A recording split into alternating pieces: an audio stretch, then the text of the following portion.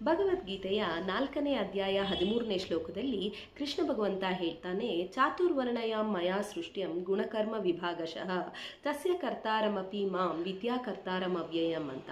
ಅಂದರೆ ಈ ಸೃಷ್ಟಿಯನ್ನು ಗುಣಕರ್ಮಗಳಿಗನುಸಾರವಾಗಿ ಬ್ರಾಹ್ಮಣ, ಕ್ಷತ್ರಿಯ, ಶೂದ್ರ ಮತ್ತು ವೈಶ್ಯ ಅನ್ನೋ 4 ವರ್ಣಗಳನ್ನಾಗಿ ವಿಂಗಡಿಸ್ತಿದ್ದೇನೆ ಅಂತ. ಅದಕ್ಕೆ ನಮ್ಮ ಸ್ವಾಮಿ ವಿವೇಕಾನಂದರು ಹೇಳ್ತಾರೆ, ಪ್ರತಿಯೊಬ್ಬನೂ ಪ್ರತಿನಿತ್ಯವೂ ತನ್ನ ಜೀವನದಲ್ಲಿ ಈ 4 ವರ್ಣಗಳನ್ನು ಹೊಂದುತ್ತಾನೆ ಅಂತ. ಹೇಗಪ್ಪ ಅಂತಂದರೆ, ಬೆಳಗ್ಗೆ ಎದ್ದು ನಾವು ಅಗಾಧ ಶಕ್ತಿಗೆ ನಮಸ್ಕರಿಸಿದಾಗ ನಾವು ಬ್ರಾಹ್ಮಣರಾಗಿರ್ತೇವೆ. ಆಮೇಲೆ ನಮ್ಮ ಕೆಲಸಗಳ ಮೂಲಕ ಸೇವೆ ಸಲ್ಲಿಸಿದಾಗ ಶೂದ್ರರಾಗ್ತೇವೆ.